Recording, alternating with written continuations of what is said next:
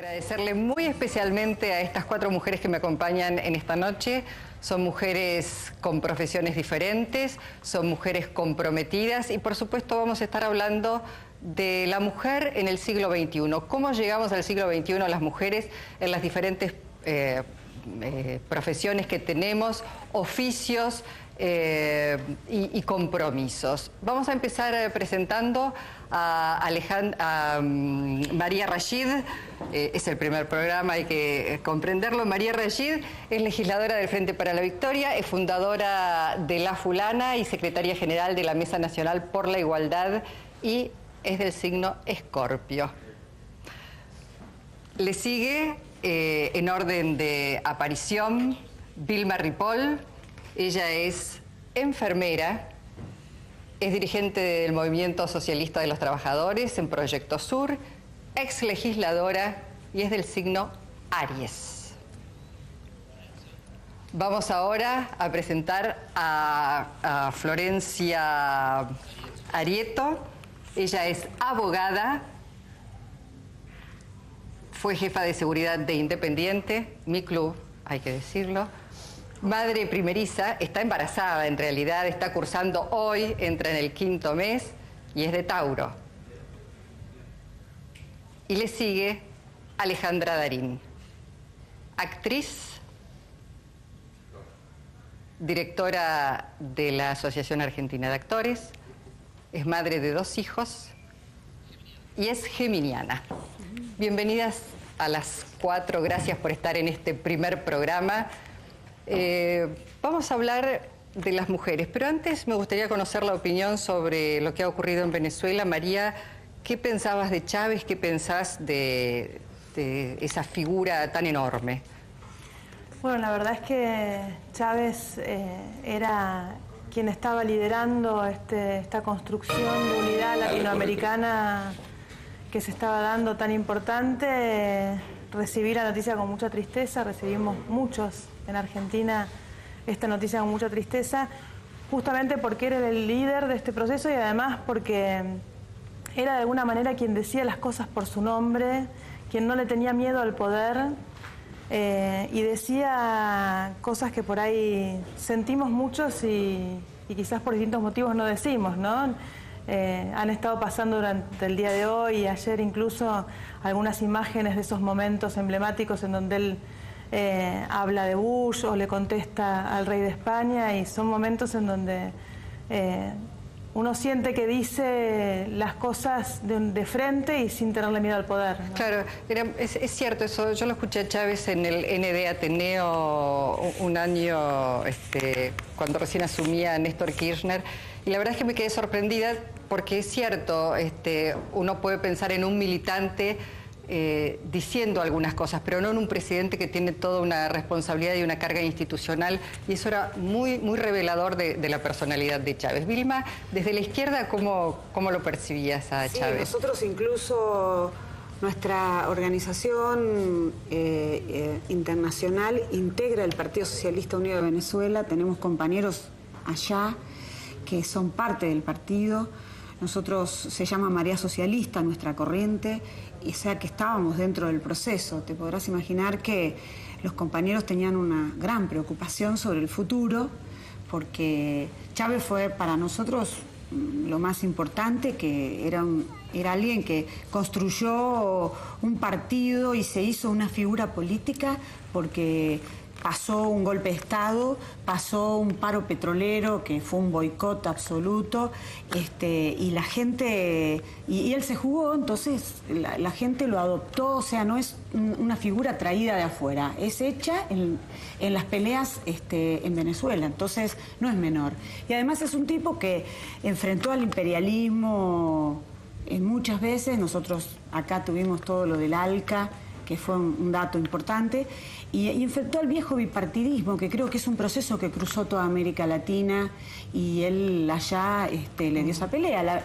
Lo que sí creemos que además recuperó todos los recursos naturales, ¿no? Que eso fue grande, que recuperó fábricas y los puso a los trabajadores a administrarlas.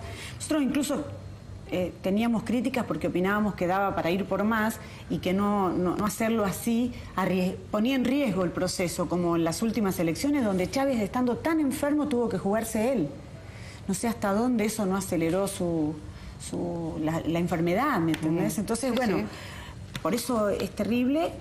Creo que las posibilidades van a ser importantes si ellos abren el juego hacia la gente, si empiezan a consultar. O sea, bueno, si uno ve a la gente en la calle, la verdad es que la gente está acompañando, está claro que la gente lleva adelante este proceso. Y Florencia, ¿vos cómo lo percibías a Chávez? Como el Perón de Venezuela, así que triste porque se muere un líder, que son de esos imponderables de la historia. Pero creo que como bien decía el general Perón, la organización vence el tiempo, así que supongo que esa marea humana que recuperó sus derechos con él, que estaban sometidos a niveles casi de pseudoesclavitud, gente sin DNI, sin derecho a que sus hijos vayan a la escuela, las villas o los barrios más postergados en los altos allá, como a veces como pasa en Bariloche, y obturados, imposibilitados para acercarse a los hospitales que estaban en el valle, digo, para hacer un movimiento que fue de estos últimos 20 años, realmente que ver los niveles de desigualdad en la Latinoamérica profunda demuestra, bueno, que llevamos varios años de ventaja los argentinos con Perón en el 45, pero bueno, nada, con tristeza y respeto, pues se murió un gran cuadro político, pero con la esperanza de saber que esa manifestación y ese pueblo en la calle va a saber organizarse para perdurar, ¿no? Que es lo más importante. ¿Y Ale, vos? Yo no tengo tanto conocimiento seguramente como las compañeras acá, pero creo que se trata de un hombre valiente, escuchando las palabras de la gente que ha compartido muchas cosas con él, y se trata de un hombre generoso, solidario. Esas son palabras que me impactaron, escuchándolas también a ellas y escuchando y viendo cosas que han sucedido. Me parece que siempre es triste en un punto el fin de una vida humana tan valiosa. Pero siempre elijo ante la muerte celebrar esa vida. No lloro la muerte, celebro la vida. Me parece que esa es de verdad una opción que un hombre haya elegido su tiempo de vida para entregarlo de esta manera que lo ha hecho Chávez. Así que la verdad es que agradezco que se haya jugado y que haya tenido la valentía de hacer las cosas que hizo, porque, bueno, necesitamos aprender mucho todavía todos nosotros. Ahora que decís eso, muchas de las personas entrevistadas en estos días que tuvieron la posibilidad de dialogar con él, de conocerlo, de interactuar, decían, hay que recordarlo con alegría porque era un hombre que era una locomotora, que estaba lleno de energía, de ganas, a pesar de haber muerto, de ganas de vivir, con una entrega muy especial. Entonces hay que recordarlo de esa manera, ¿no? Es notable, es una de las figuras, me parece, notables de este siglo y para la región. Pero me quedo con vos porque, estás en este panel esta noche y vos tenés de alguna manera, me parece, una perspectiva y mirada de género también sobre algunos de los trabajos que has hecho y que has elegido, como una película sin Dios, sin patrón. Ni Dios, ni patrón, ni marido. Ni marido. Sí. ¿Cómo elegís algunos trabajos? ¿Te eligen a vos, los elegís? ¿Y de qué trata? Porque en todo caso es una película que habla de mujeres. Sí. A mí me gusta trabajar. Y no solamente en la actuación. Entonces, pero específicamente en la actuación tengo... porque depende de muchas cosas, pero generalmente tengo una mirada... Yo creo que de todo se aprende, momento a momento. Y el hecho de hacer un personaje, quizá de entrada no es que vas a aprender de un personaje que defiende a las mujeres. Si estás atento, puedes aprender de un personaje de ficción, porque esa película específicamente era de la historia de mujeres reales, no era una sobre historia... un hecho, está basada en un hecho real. Claro, a mí me encantaría, adoraría acordarme los nombres de todos los personajes reales, Si vos lo tenés ahí los datos estaría bárbaro, yo temo equivocarme si arriesgo cosas. Virginia Volten. Exactamente. Y entonces, pero a veces lo que uno aprende no depende tanto de lo que hagas, sino de cómo vos enfoques eso o enfrentes eso. Y como yo creo tener una mirada curiosa y atenta, cada vez más, es maravilloso. Qué bueno que te des cuenta, además, que esto ocurre. Sí, es que me pasa eso. Yo agradezco mucho el paso del tiempo. No lo tomo como algo terrible. Las ficciones, las películas que tratan temas de género, que tratan a veces cuestiones, ya no de género, sino digo feministas, generan adhesión. ¿Cómo se pone una mujer para ver algo que habla de las propias mujeres? Y cómo, en todo caso, si han tenido compañeros, cómo se posicionan, les parecen, los hombres frente a lo que la televisión a veces muestra. A ver, la que quiera. ¿Cómo les impacta a ustedes algo que habla de temas de géneros de mujeres? Bueno, yo voy a empezar y voy a generar conflicto. Muy bien. Seguro con María, que seguro que ya ni la miro, porque yo soy mujer ante todo, pero tengo posturas contradictorias o discuto desde un lugar siempre por la positiva con la posición feminista. Tengo una hermana feminista, de hecho, que, bueno, mi única hermana de 5 hermanos, entonces... Pero quiero decir, siento que está buenísimo todo lo que sucede en términos mediáticos o en términos de publicidad y en todo lo que tiene que ver con nuestros derechos, porque han sido históricamente vulnerados, ¿no? Ahora, me parece que extremar esa circunstancia, como puede suceder en algún lugar, como, no sé, suponer que un caballero te abra la puerta es, no, yo la abro. Digo, llegar a ese punto me parece que es como igualarnos en un lugar en que no somos iguales. Nosotros, o yo lo que creo desde mi humilde lugar, y quizás tengo mucho por aprender y si se debate estaría buenísimo, creo que nosotros tenemos que respetarnos como seres humanos y hacer valer nuestros derechos delante de los varones que no son iguales a nosotras, pero reclamamos desde nuestra otredad la igualdad y las posibilidades, que creo que han sido históricamente vedadas. Pero no tengo una posición feminista de suponer que estamos a la par, en el sentido de que somos físicamente distintos pero iguales, quiero decir. No sé si soy tan clara, soy media por ahí bruta para explicarlo, pero por eso me relaciono en cosas. Me parece que todo suma. Total, porque aparte la tasa de femicidio hoy las vemos y están publicadas porque se está haciendo un laburo después de la ley y lo que significó la militancia de las feministas en Argentina más que nada y lo que son las organizaciones de mujeres que se dedican específicamente al género. Claro, porque antes teníamos las mismas tasas y no lo sabíamos, digamos. O sea, no es que es de ahora la explosión de que matan mujeres. Entonces siempre suma. Ahora, en la discusión de café, de charla, tomar un mate, ahí por ahí me pongo en un lugar un poco menos extremo que el feminismo. ¿Vilma? Yo creo que por lo menos nosotras, más que feministas, nos consideramos defensoras de los derechos de las mujeres. Está bien, pero digo, me están corriendo un poco el eje de la pregunta. Yo digo, ¿cómo se ponen frente a una pantalla de televisión que muestra una película, una serie, digamos, que habla de derechos de mujeres, que muestra el avasallamiento de los derechos de las mujeres?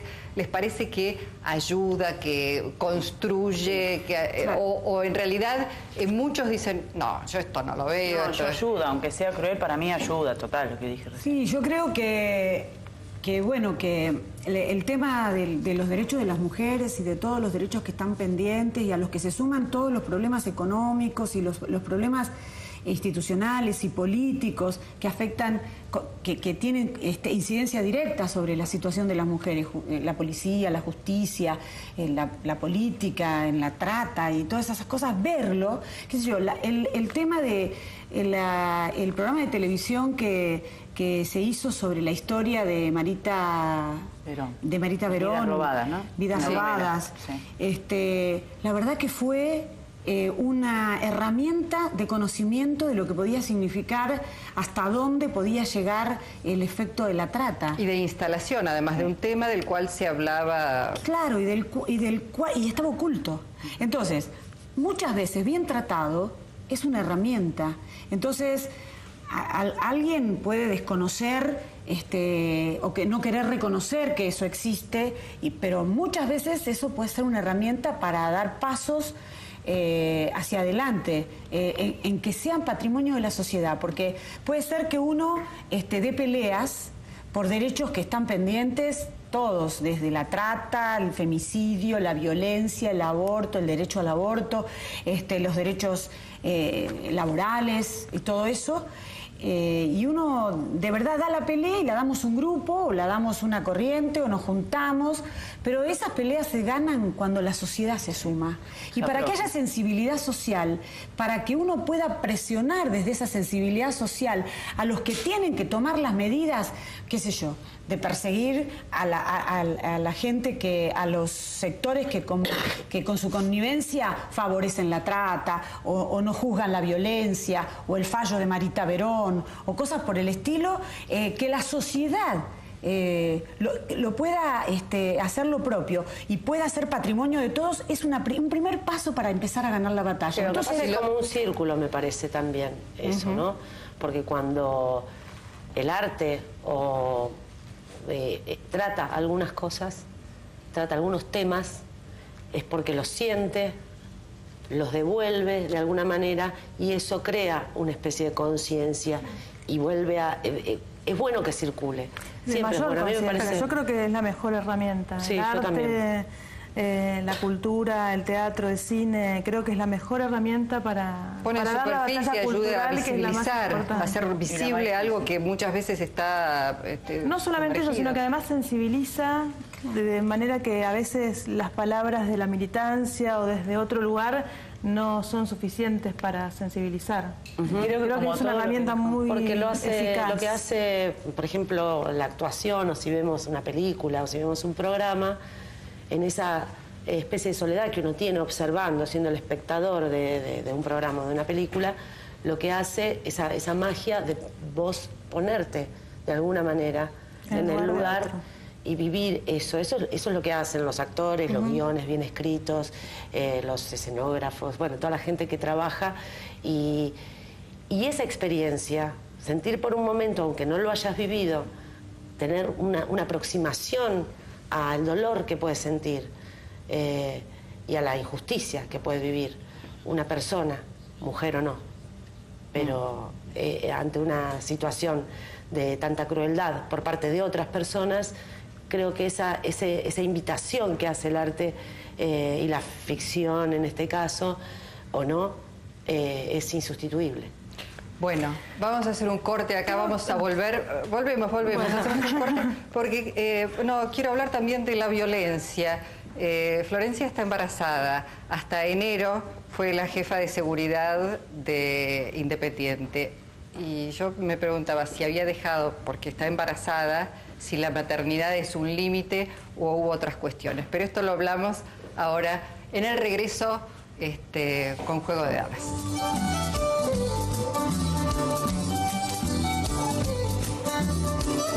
Bueno, yo les cuento que como es un panel de mujeres, este es un programa con mayoría femenina, por supuesto, no hemos parado, no me voy a excluir, no hemos parado de hablar en el corte, todo debería salir al aire, y el director que dice, venimos señores, le dice a nuestros técnicos, y señoritas tenés que agregar, le decimos, bueno, había dejado una pregunta pendiente a Florencia, pero en realidad María me pide respuesta para Florencia, precisamente a partir de haber hablado de las feministas. Tengo que decir algo de feminismo, porque si no, cuando salga, las feministas me van a matar. Un beso, feminista.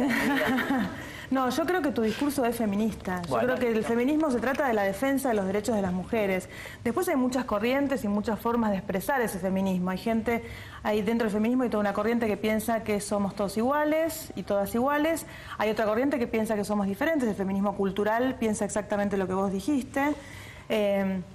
Y después, a partir de estas distintas formas de pensar, hay debates en relación a esto de las gentilezas, que yo reflexionaría acerca de que estas gentilezas se den culturalmente, no en un hecho particular, pues yo puedo ser atenta con ella, vos conmigo, un hombre conmigo, esos son gentilezas humanas. Ahora, si determinadas gentilezas son un patrón cultural que es siempre del varón hacia la mujer y tiene que ver con marcar la debilidad de uno en relación al otro, yo creo que tenemos que reflexionar, aunque no significa borrar las gentilezas, podemos hacerlas todos con todos, digamos, ser gentiles todos con todos, pero si esa gentileza marcada en la cultura de esa manera, que tiene que ver con mostrar la debilidad del otro, no tiene que ver con esta cultura machista en la que vivimos, ¿no? Eso creo que es lo que tenemos que reflexionar. Yo creo que, mira, nosotros hoy presentamos un libro sobre María Obando, la mujer que tenía 12 hijos y se le murió uno, ¿no? Y entonces en Misiones. La justicia. Y la metieron presa y nosotros hicimos, bueno, con la gente de Corrientes y con incluso pidiéndole firmas a los diputados, presentamos un amicus y dimos la pelea y ya está libre, hace 3 meses que está libre. Entonces, yo la verdad que a veces hay debates que son importantes porque a uno le muestran parámetros, pero a mí me toca más de cerca ir a los lugares en donde las mujeres viven la violencia y está quizás mucho más lejos de los debates que las mujeres dan entre sí. Porque, por ejemplo, María sufrió en sí misma todas las violencias, todas. Ella sufrió violencia física, psicológica, social, económica, todas las que dice la ley judicial. Y le tocó a ella, pero no es ella sola. Hay sectores sociales y quizás muchas mujeres, miles, y no en Misiones solo, en muchos lados, que sufren esas violencias. María todavía tiene las marcas de los golpes que le pegaron con fierros y con cosas, y ella las muestra y queda marcada además porque ella dice: yo no puedo escuchar en mi casa que discutan porque no lo soporto. Entonces yo creo que hay como distintos niveles. Creo que hay gente que se puede permitir debates intelectuales que están muy buenos y a mí me gusta darlos. Sí, pero es verdad. Y se preocupa por esas cosas. Y hay mucha gente, y quizás ahora que se ha visibilizado todo el tema de la violencia, que antes era violencia doméstica o crimen pasional. Yo lo sacaría de violencia doméstica. Creo que es violencia de género. No, pero está bien, pero antes era así y era crimen pasional y resulta que era un femicidio. Bueno, pero entonces, ese era un debate del feminismo, Vilma. Entonces yo digo, no lo minimizo. No hay una cosa que sea más importante que la otra. Creo que yo no me ocupo de los debates académicos del feminismo, no es esa mi ocupación. Pero me parece que esos debates echan luz a la realidad de estas otras mujeres que vos mencionás. Que ensalzan algunos el debate de la violencia, el debate de la violencia familiar, la violencia doméstica o el crimen pasional o el crimen de género. Los medios ahí tenemos nuestra enorme responsabilidad en seguir consolidando y reafirmando algunos estereotipos y una mirada respecto de la mujer, respecto de la violencia, respecto de la igualdad en el trato.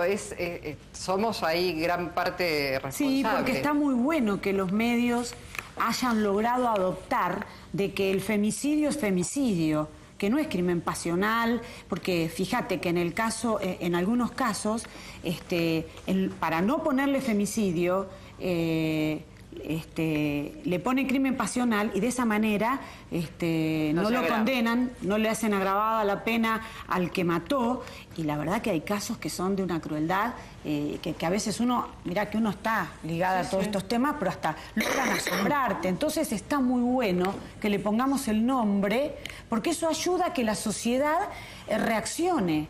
¿Entendés? Sobre este tema de la violencia vamos a volver, pero yo quería hablar de otra violencia, preguntarle a Florencia, que fue jefa de seguridad en Independiente, si la violencia es un patrimonio masculino, por un lado, y si en todo caso tu alejamiento del club obedece a tu embarazo, que esto también para las mujeres. ¿La maternidad es un límite a las profesiones? No. Tuve que salir el día que renuncié, tuve que salir a desmentir algunas voces que decían que yo había renunciado por mi embarazo. Yo, como digo y como lo dije siempre, me voy a recuperar Malvinas con mi hija Paz. O sea, el embarazo no es una enfermedad ni una limitación. Obviamente tenemos que tener cuidado, estamos trayendo una hija al mundo, pero eso no nos imposibilita para hacer las cosas que hacemos. No fue eso los motivos que me separaron del club, fueron otros. Digamos, respecto de la violencia, me parece que hay una condición de acción. El hombre es activo, digamos, genera la acción de la violencia, y la mujer quizás en esta cuestión histórica, o por lo menos lo que yo veo, o lo que yo siento en un ámbito tan masculino como el fútbol, es que la mujer la soporta o la permite, digamos, que el hombre sería el violento por acción y la mujer la violenta por omisión. No sé si se entiende. En un ámbito como el fútbol hablo, ¿no? Que obviamente las mujeres somos minoría. Pero básicamente la violencia es social. Y ahí nos abarca hombres y mujeres porque yo creo que lo que genera la violencia más allá del género es la impunidad. La desigualdad y la impunidad.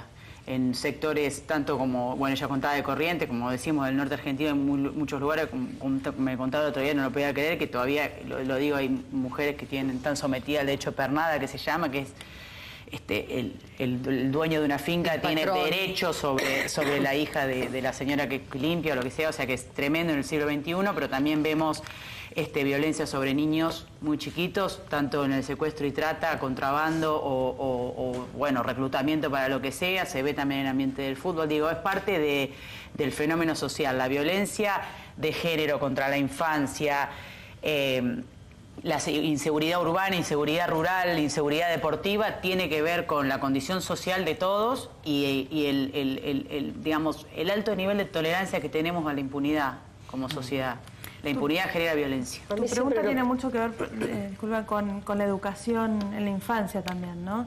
Yo creo que los niños varones son educados para la violencia muchas veces, ¿no? Con esto de no conectarse con su sensibilidad, los varones no lloran, si te molesta no lo permitas, anda, pegale o defendete, mientras a la nena es, bueno, anda a decir a la maestra, o sea, hay toda una educación hacia el varón que es hay patrones hacia la culturales violencia. que vos decís se reproducen. Ale, ¿qué ibas a decir? No, que iba a decir que a mí siempre de las historias que he escuchado y que he escuchado los testimonios y todo, siempre digo, porque es como un mosaico de tantas cosas, y es cierto que la intelectualización es una cosa y la realidad es otra, y es cierto también que pensar, aunque no sea uno el que le pasa y poder hablarlo, también echa luz y cada vez más. Digo, si uno le dice a una mujer que ha sido educada de una manera que quizá, obviamente no quiera, pero permita por un tiempo que un hombre violento la someta, ¿no? Y esa mujer con todo este juego, con toda esta de tomar conciencia de que vaya y que busque ayuda y esa mujer va a una comisaría. Y en esa comisaría no le toman la denuncia. O va 14 veces a la comisaría y no le toman la denuncia. Entonces o le dicen, pero mirá, si venís con la pollerita así o no sé cuánto. Yo digo, a ver, ¿cómo se hace para encarar todo esto junto? ¿Qué hace a que una persona esté sometida a esta violencia, como decías vos recién de la señora de María, a tanta violencia por todos lados? ¿Cómo se hace para atacar todo eso de alguna manera, atacar en el mejor sentido, porque si no también sería violencia, ponerlo de alguna manera como que, primero que no suceda, pero después que sobre esa primer violencia, claro, y no haya otra violencia y otra violencia y otra violencia, porque yo creo que es como un cosito como las fichas de dominó. Sí, porque nosotros por lo menos pensamos que es un problema que tiene que ver con la sociedad capitalista que necesita explotar y oprimir a las mujeres, porque hace a la reproducción del sistema y entonces les sirve que nosotras, es más, te dicen no pelees contra esto porque es así. Y entonces medio como que educan también en eso, como que eso es lo normal.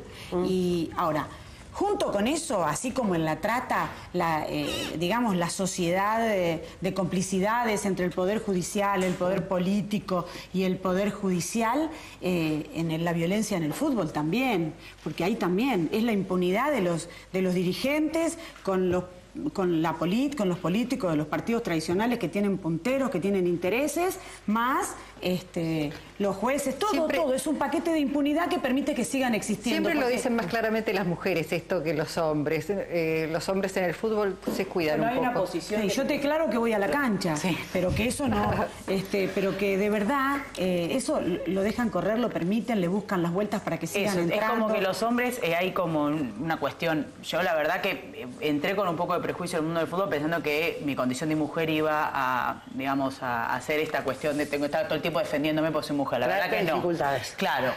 Lo que sí, y me voy como conclusión de mi experiencia, que fue un aprendizaje y que uno no entrega las banderas, simplemente sabe dar un paso al costado cuando no están las condiciones objetivas, ¿no? Pero lo que sí es, no, las minas tienen una, viste, los varones sentamos a negociar, las mujeres son como irreductibles. Florencia tiene una posición irreductible, era mucho lo que se escuchaba, como, viste, esa cosa de que por ahí las mujeres somos más, no sé, me acuerdo las madres, las abuelas, supongo que también tenían posiciones irreductibles en la búsqueda de sus hijos, ¿no? Qué sé yo, bueno, esa palabra es como la diferencia, que el hombre es más flexible y la mujer más rígida en esas luchas o en esas batallas. Digamos, calculo que es un halago para todas las mujeres, porque la verdad que si estamos peleando contra la impunidad y contra la violencia, si somos irreductibles, calculo que estamos haciendo lo mejor que podemos. Acá hay dos mujeres que tienen una condición de dirigentes gremiales. Alejandra, que dirige la Asociación Argentina de Actores, y Vilma, que se ha presentado para competir además en las listas por sanidad en su profesión de enfermera. Y se quebró cuando fue a presentarla. Macri, las vereitas de Macri. ¿Es difícil acceder a un puesto dirigencial, Alejandra? ¿O fue natural y fue sencillo el camino? Considero que no debe ser, pero más que acceder, permanecer y la experiencia y lo que uno va recogiendo, sí, escuchando. A mí no me gusta pensar, si bien en el tema de la violencia me parece bárbaro que se pueda decir y que surja, y esto, ¿no? Correr el velo sobre algo que antes no se decía o no tratábamos, y ahora sí, que nos tiene que avergonzar a todos, obviamente, a todos. En otras cuestiones, a mí no me gusta pensar mucho en términos de hombres y mujeres. No me gusta. Me gusta pensar... de capacidad, de eficiencia, Sí, me alegro. Nosotros somos un sindicato que hoy por hoy está representado en un 50% varones y mujeres. Pero... Un 50 y un 50. Sí. Y es siempre muy valioso, siempre es muy valiosa la mirada de una mujer inteligente y de una mujer luchadora, porque creo que en ese sentido sí, quizá por nuestra condición, no soy un especialista en el tema, pero por tener hijos y llevarlos de verdad en nuestro vientre, o no llevarnos en nuestro vientre, pero ser mamá y todos los días levantarte a hacer ese desayuno y estar siendo testigo de una vida durante todos esos años y todo el tiempo, te hace, por un lado, irreductible, porque tenés que conseguir algo, pero por otro lado es un aprendizaje absolutamente humano, es valioso como experiencia el lugar donde la mujer se encuentra. Y me alegro que nosotras podamos vivir gracias a otras mujeres que vivieron en otras épocas y a otros hombres también que vivieron en otras épocas y que aportaron su granito de arena, una época en la que nosotras podemos tener una voz, y nuestras hijas, y nuestras amigas y nuestras hermanas, una voz un poco más fuerte, no porque tenga que ser más que los hombres, ni que ninguna otra persona. Voy por lo mismo en el tema de jóvenes y los mayores, los maduros, los adultos. Yo creo que hay que ser un poco más respetuoso con lo que no es como uno. Si yo soy grande, tengo que ser respetuoso con el muy joven. Si yo soy mujer, tengo que ser respetuosa con un hombre y un hombre conmigo.